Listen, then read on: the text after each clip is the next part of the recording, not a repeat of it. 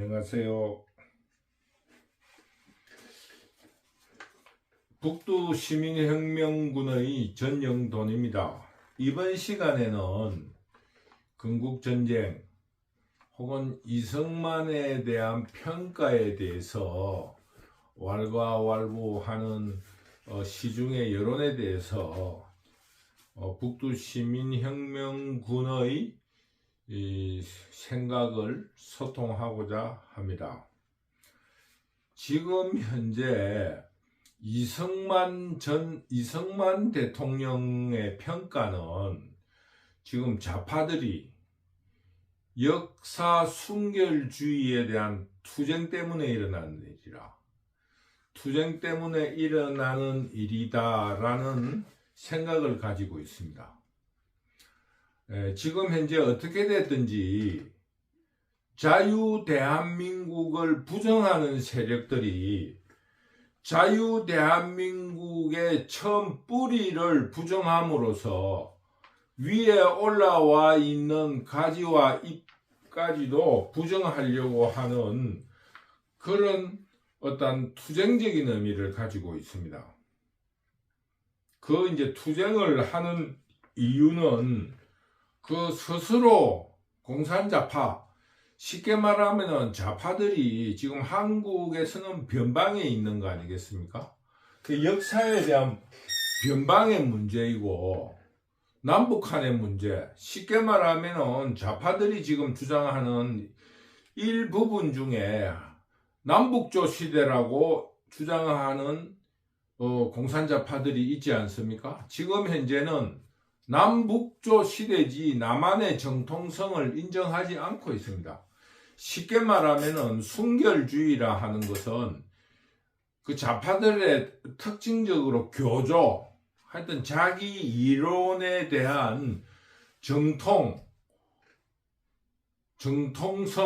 혹은 전통, 이런 거에 대해서 순결주의를 주장하고, 그럼으로써 자기들의 어떤 쉽게 말하면은 구정물이라 합니까? 혼탁한 오염되어 있는 정통성이 약한 자기들에 대한 주장이 없으니 상대방에 대한 비판으로서 자기들의 명분을 세우려 하는 것입니다.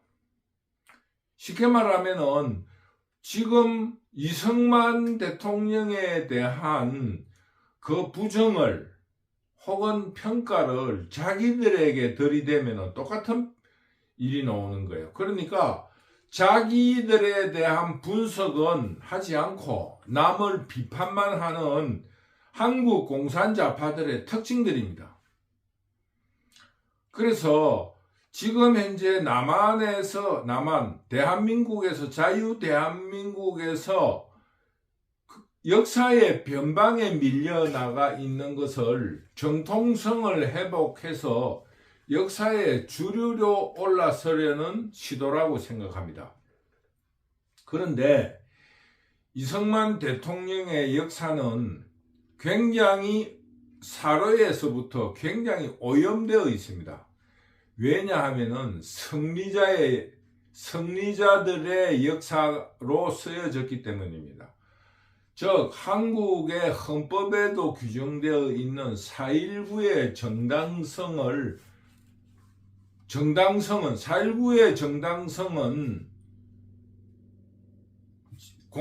공산좌파든 자유우파든 떠나서 4.19의 정통, 4.19의 어떤 정당성은 이승만에 대한 부정으로서 시작되는 거 아니겠습니까?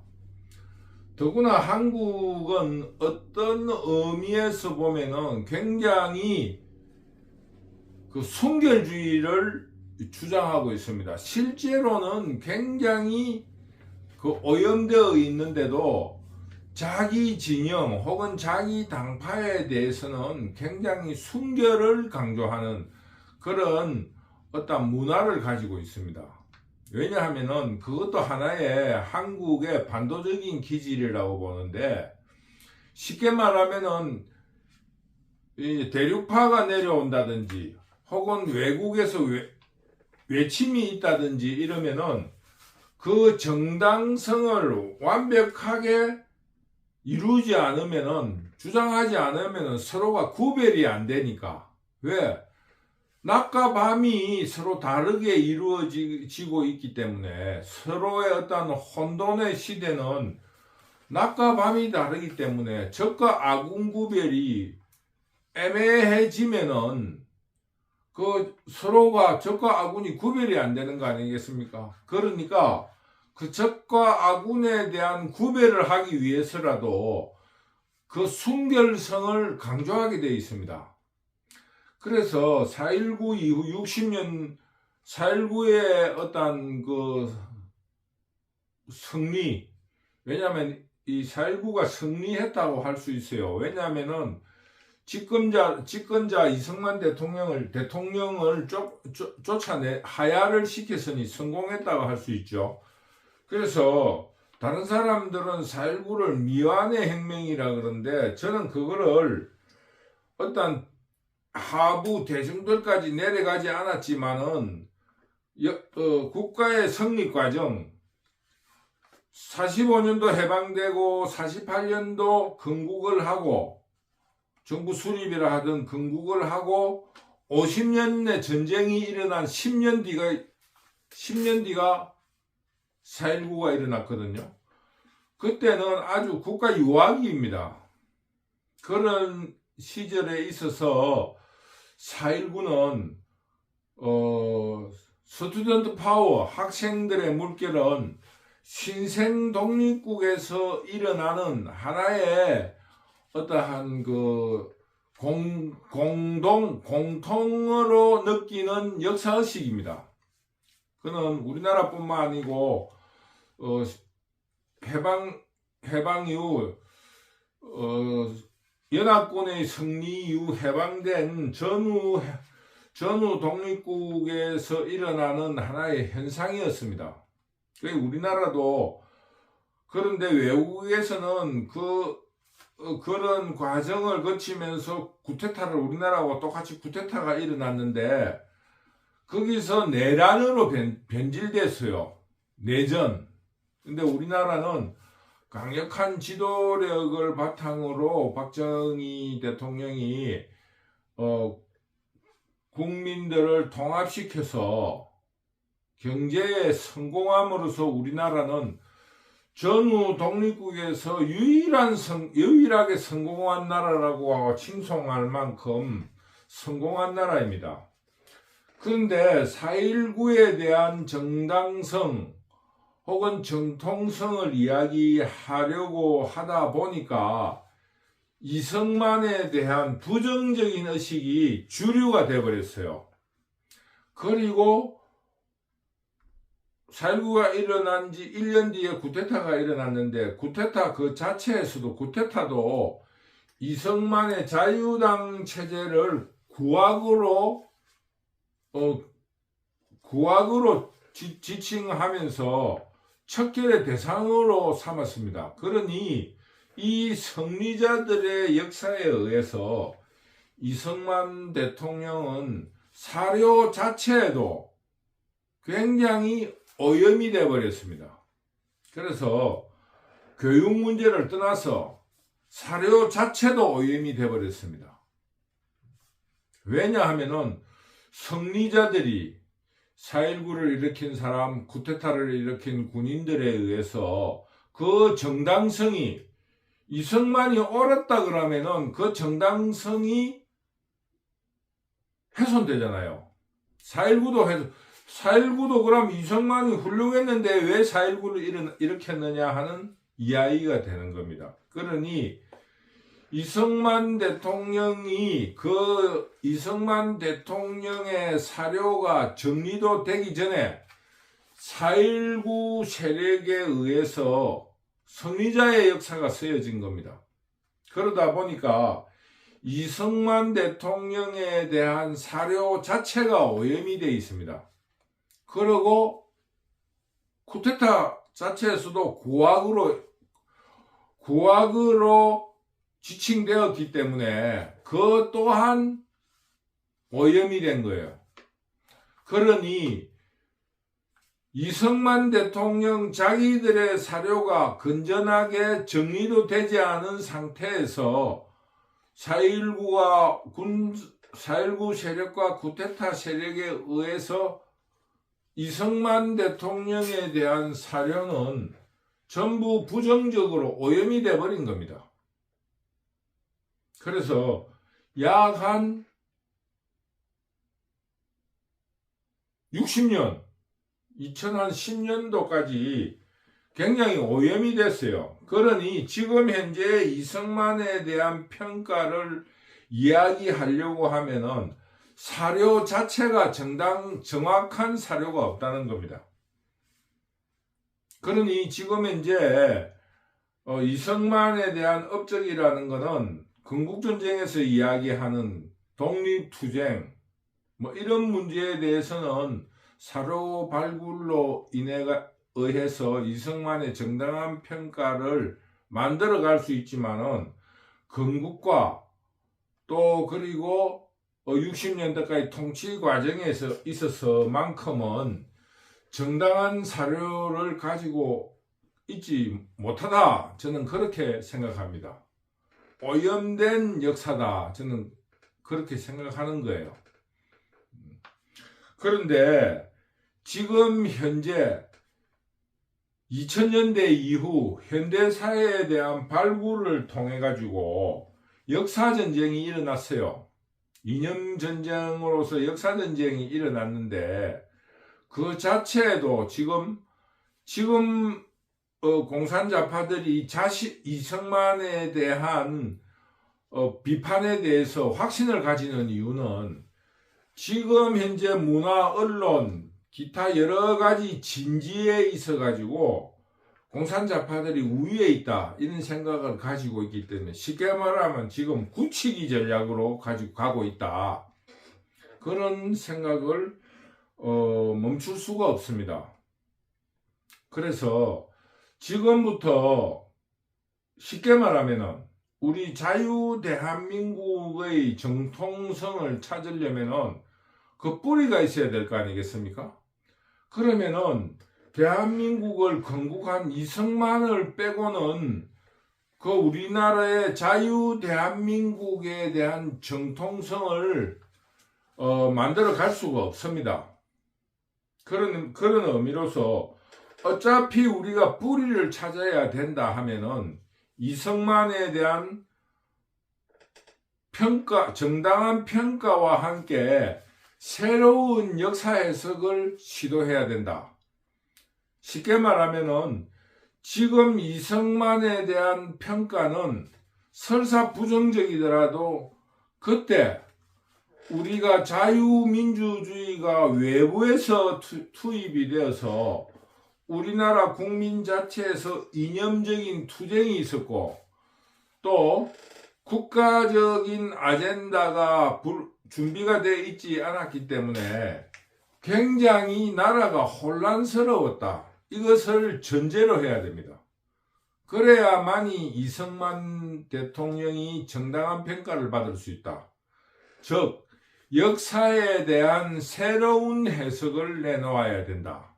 저는 그렇게 생각합니다. 그런데 우리가 지금 이야기할 수 있는 것은 역사의 새로운 해석에는 무엇을 이야기를 해야 되냐면은 다양성을 전제로 해야 됩니다. 다양성. 그런데 앞에서도 이야기했다시피 우리나라는 다양성을 강조하지만은 어떠한 반도국가적인 어떤 의미로 쏠리는 경향이 있습니다. 뭐 냄비기질이라 하기도 하는데 해양파가 이렇게 오면은 그 해양파 내부에서도 그러나 그 어떠한 중화제라 할까? 브레이크라 할까? 그거를 잡을 수 있는 그래도 대륙파로서의 비판을 인정해 줘야 되는데 우리나라는 그러면 적으로 몰아가지고 그 몰살을 시켜버려요. 역사가 그랬고 지금 현재 우리나라에서 일어나는 문제도 그렇습니다. 공산자파들끼리도 자기들의 순결성을 주장하면서 운동권 내에서도 주류만 인정하지 그 주변은 인정하지 않습니다. 자유민주주의 내부에서도 그 다양성을 인정하지 않습니다. 그래서 저는 공산자파라는 말을 쓰고 지금 자유우파에 대해서는 거구적인 성격을 가지고 있다고 제가 여러 번 강조하고 있습니다. 왜냐 하니까 자유민주주의를 박정희의 성공에 의해서 국가 주도의 자유민주주의라는 그런 생각을 가지고 있어요. 그건 자유민주주의가 아니거든요.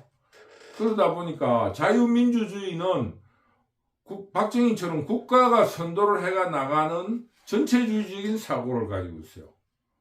또 공산자파들은 좌파라는 게 다양성과 이런 여러 가지의 자유를 전제로 하면서 정당의 복수정당, 복수노조 이런 거를 주장하는데 자기들의 생각하고 옳지 않으면은 그것을 인정해 주지 않습니다.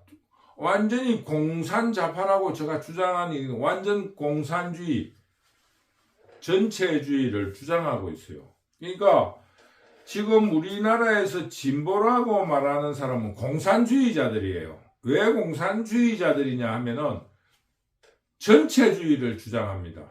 자기들의 노선, 거기에 조금만 다르면은 그 어떤 주류의 주류의 좌파로서 진보로서 인정하지 않습니다.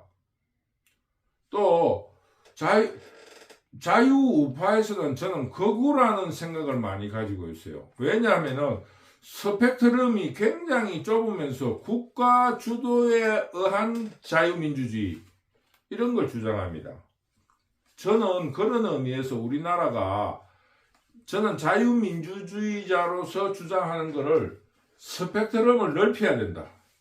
그리고 국가 주도가 아니라 개인의 창의를, 개인의 자유를 더욱 폭넓게 보장해 줘야 된다.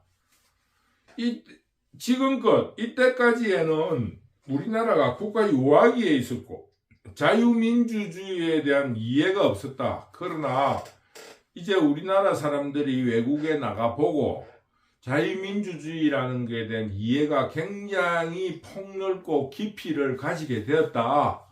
이제 자유민주주의를 좀 더 이념적인 폭을 넓히고 국가 주도에서 벗어나야 된다 하는 것을 주장하고 있습니다. 그것은 무엇을 말하냐 하면은 다양성을 이야기합니다.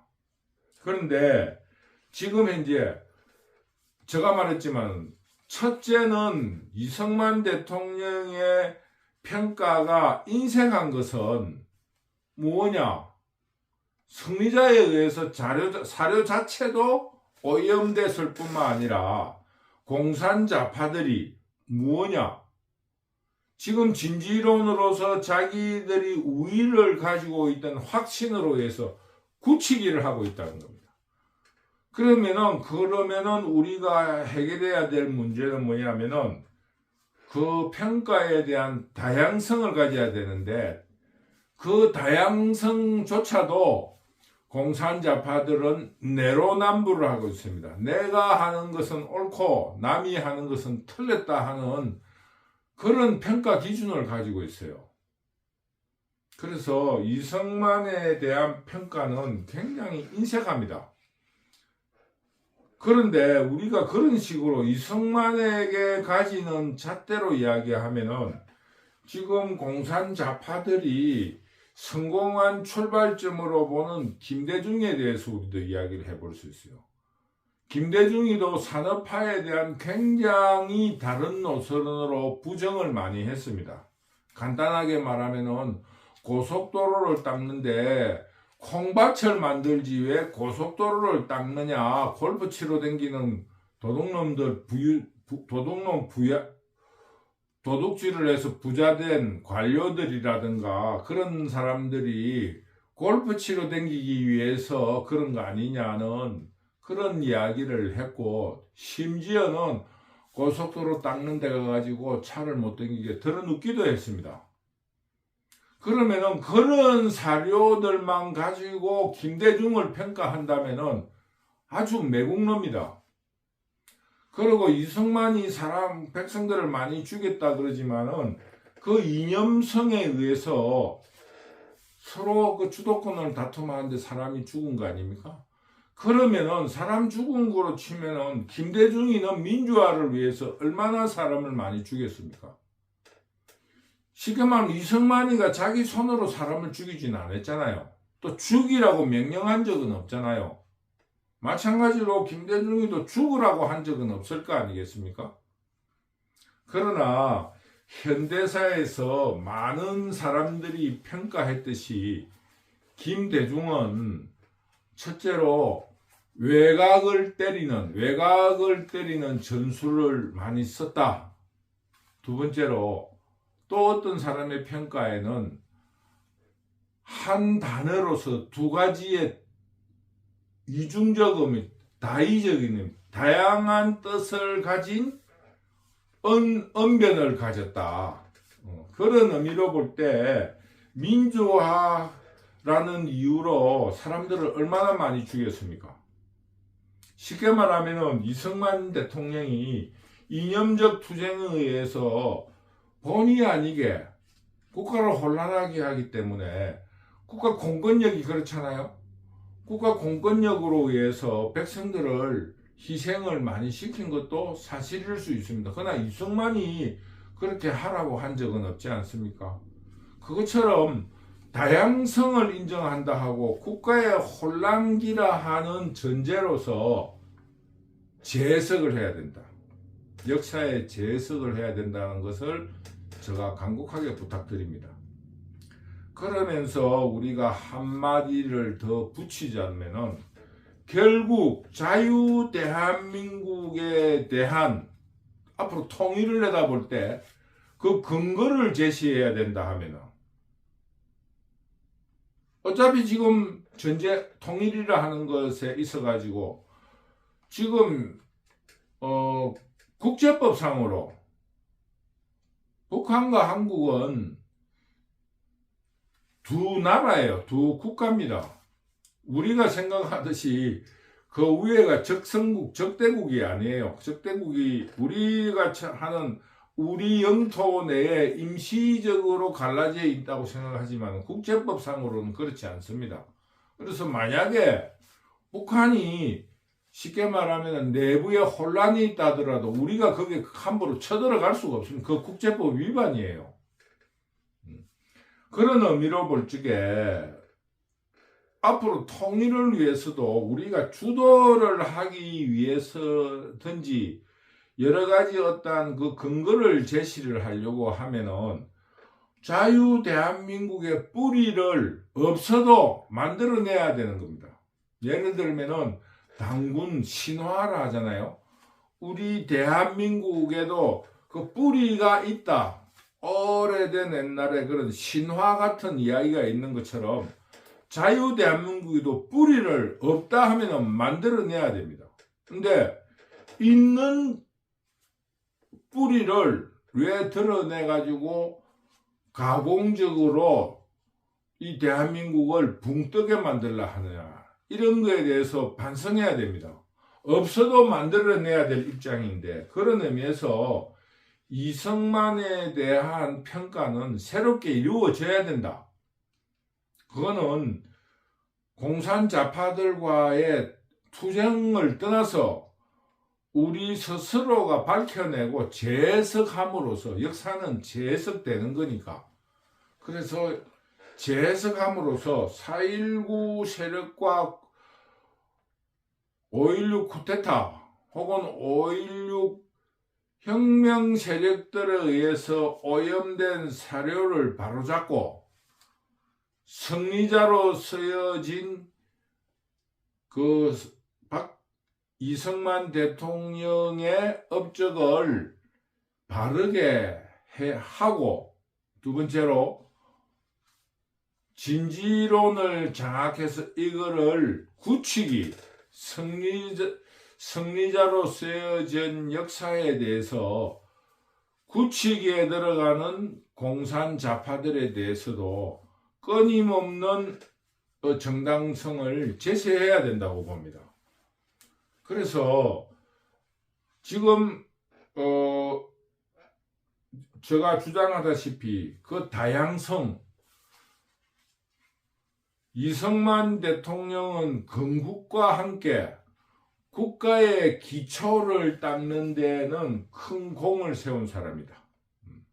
그런 그 해석에 대한 다양성을 인정해 줘야 된다는 겁니다. 그러면서 그 어떤 변방으로 밀려난 이승만을 역사의 주류로 편입시켜야 된다. 그 근거는 충분히 있습니다. 독립운동에 의해서 또 국가의 토대를 닦았다. 토대를 닦다 보니까 그 반대 세력과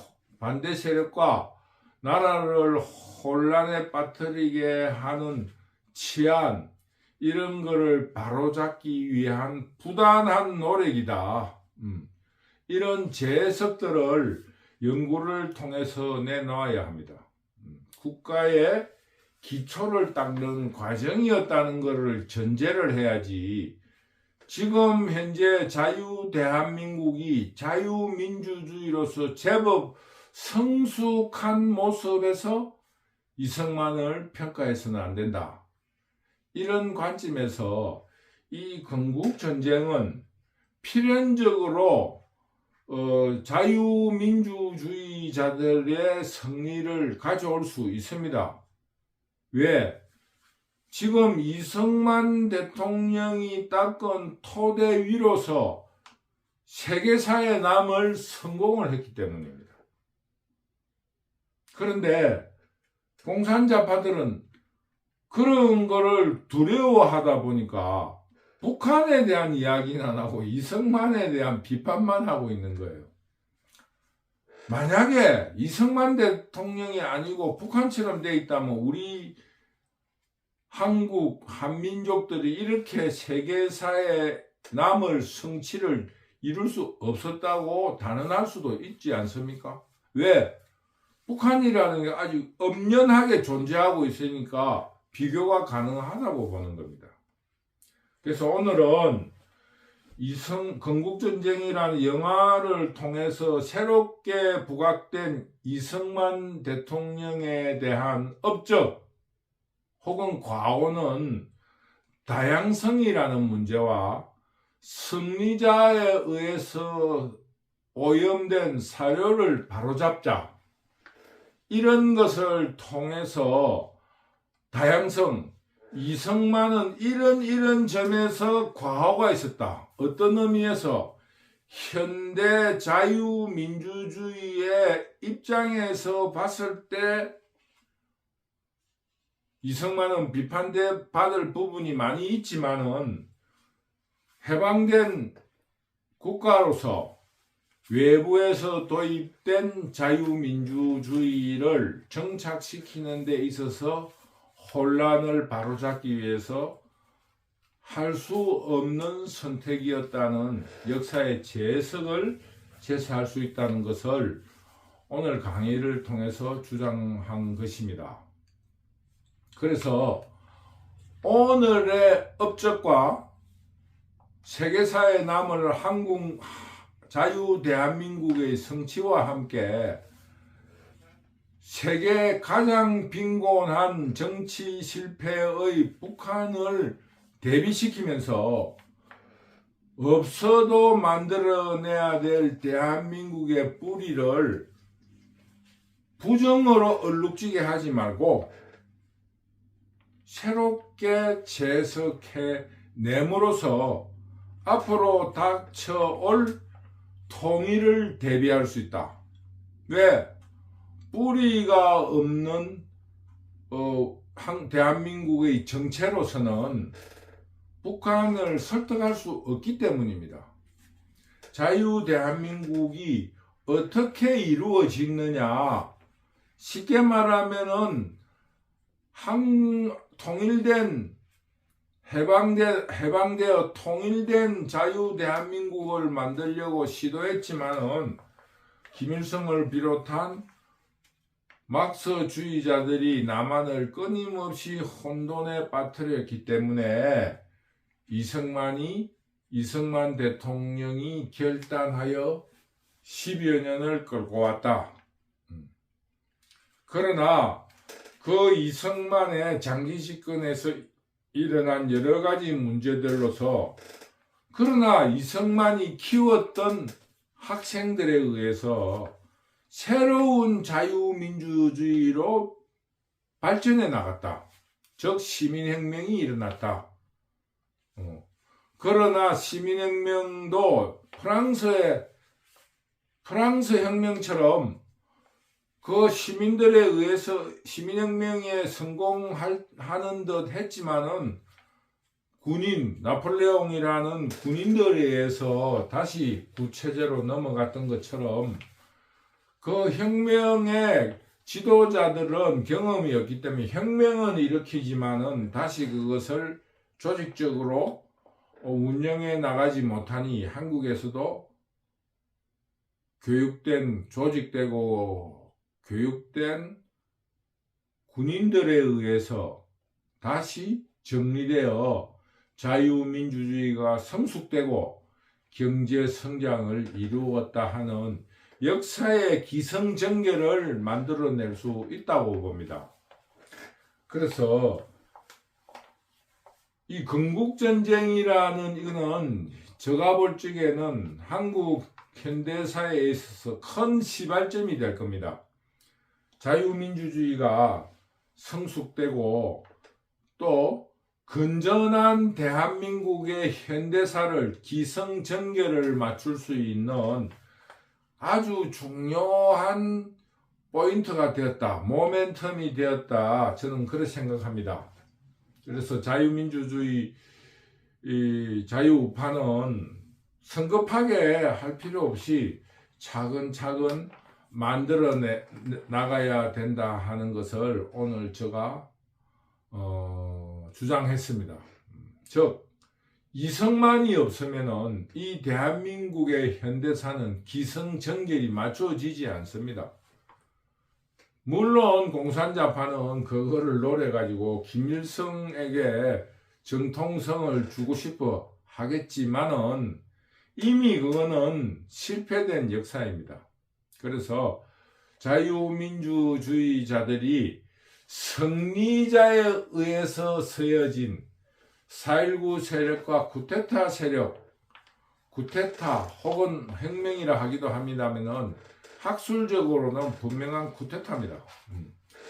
쿠데타 세력에 의해서 부정된 이승만에 대한 사료의 오염을 바로 잡는 일부터 시작해야 된다고 저는 생각합니다.